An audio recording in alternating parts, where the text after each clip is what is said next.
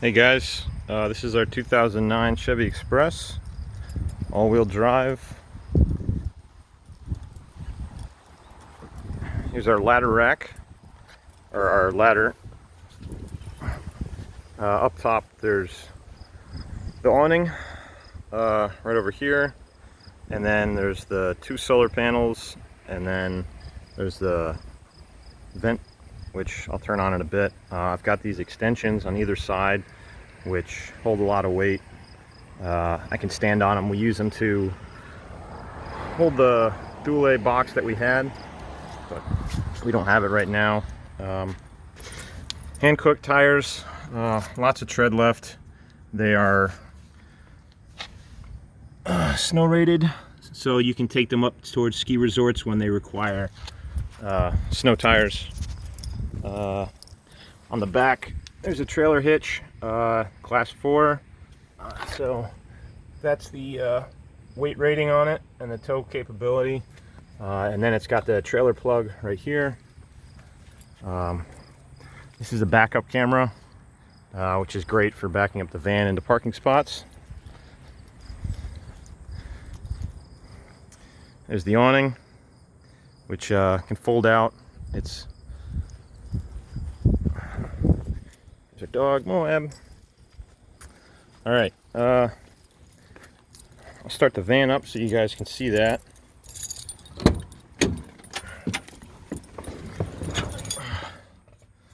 So there's the mileage. I'm still daily driving it to work, so that's going to go up.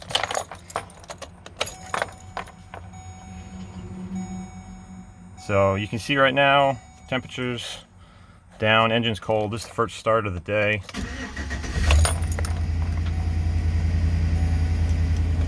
Starts right up.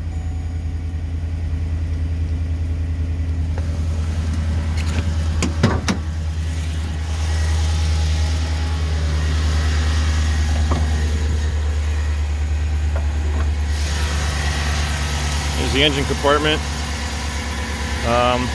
A little bit about the electrical. So this is the battery for the van, to start the van, and then these two wires coming out right here come along the back and go to the inside to our house batteries, so that way we can charge them with the van if there's no sun.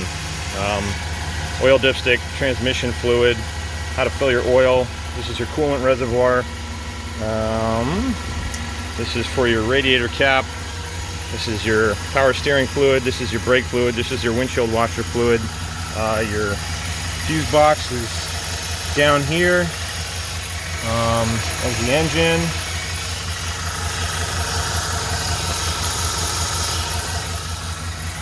This is your air filter. And that's about it. If you have something specific you want to see, let me know. Alright, we'll turn that off.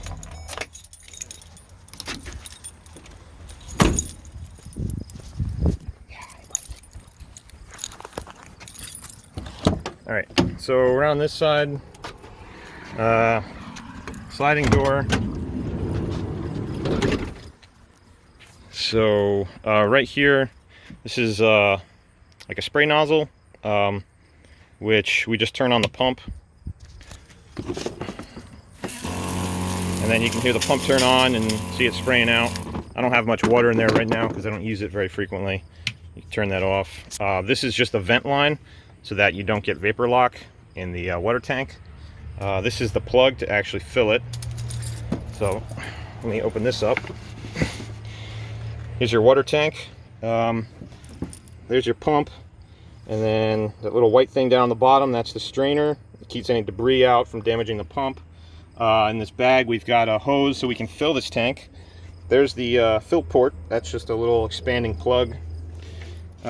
Here you've got the two house batteries. I don't remember the amperage and current off the top of my head. We have that listed. We've got a fuse block. Get it to focus here. Fuse block, which is right here to protect all the components. Here we've got the remote control for the relays for the lights. Here we've got the grounding block. Underneath here, This is a breaker which separates the house batteries from the engine start battery in case there's an overload. This right here is a solenoid which also isolates the house batteries from the main engine batteries. So when you turn the car on, it will connect all three, and that way you can charge these. And when you turn the car off, it's going to isolate these two batteries, so that way you could drain these completely if you needed to, but then the engine could still start because that battery would not have been drained. Right here, this is your 110 power. We've got 2 outlets. I believe that was 1,000 watts. This right here is the outlet for the diesel heater, which is located under here. This is the control for the diesel heater. It's kind of hard to see in the sunlight. There we go. Yeah, hard to get a good picture, but this lets you control the temperature, turn it on and off, and you can do some fine tuning to the diesel if you want to, like the burn. This is the charge controller. You can see we're getting 13.7 volts, 14 from the solar panels right now.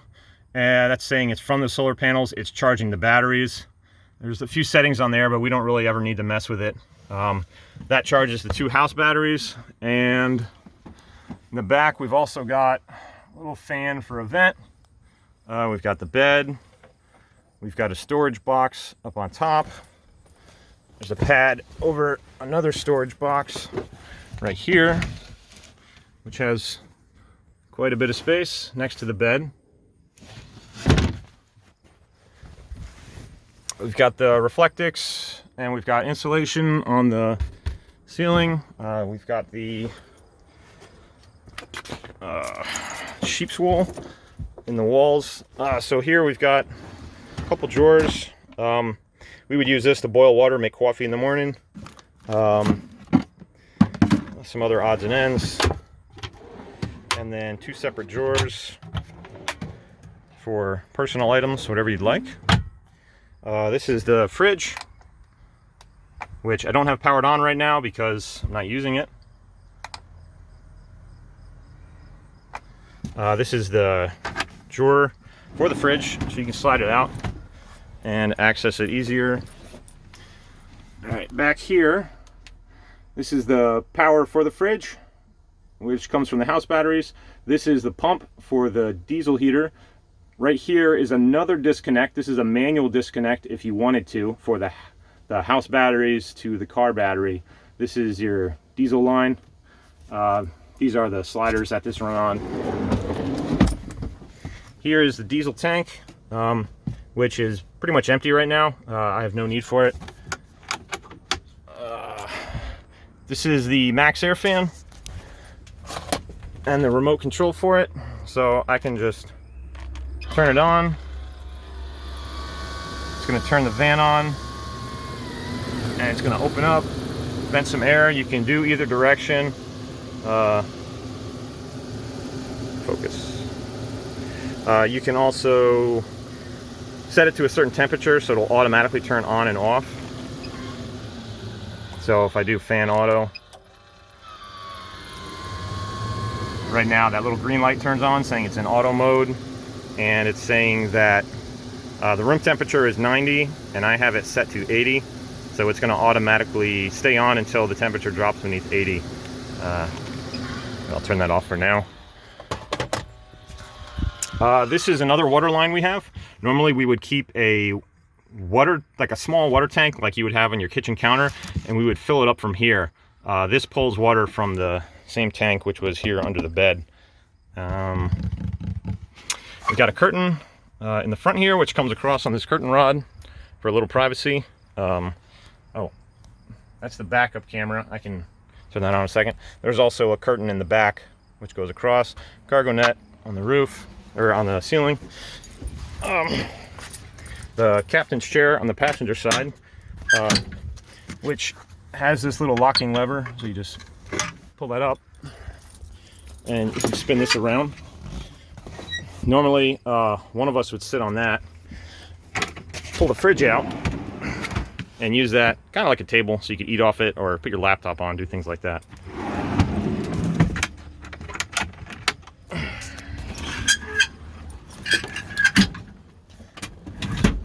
Yeah, let me turn on the backup camera just so you can see it.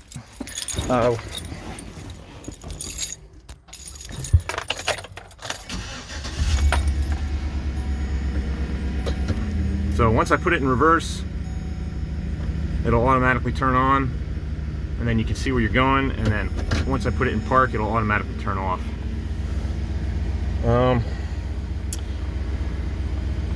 I think that covers most of the major stuff. If you guys have any questions, or you wanted to see under the van.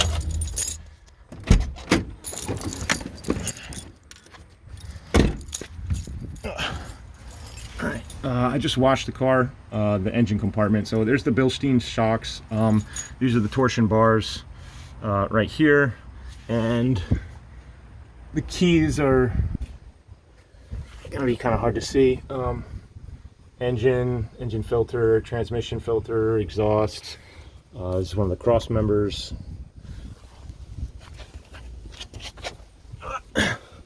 These are the adjustable torsion keys I was talking about. This is your fuel tank. There's the muffler for the exhaust. There's actually quite a bit of room over here if you wanted to add an external tank. I don't know if you can see that. There's the rear suspension.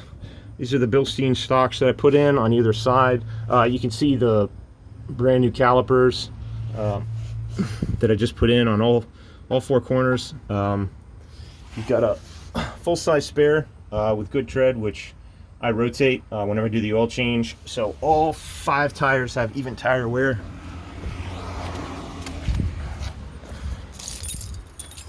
We've got multiple keys.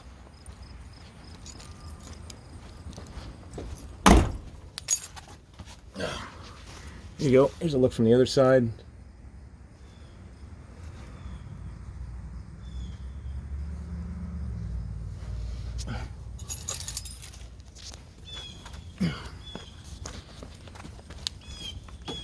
Oh, and we have a hide a key. So you can put a key in there and take it out in case you forget your key or something. All right. Let us know if you have any questions. Thanks.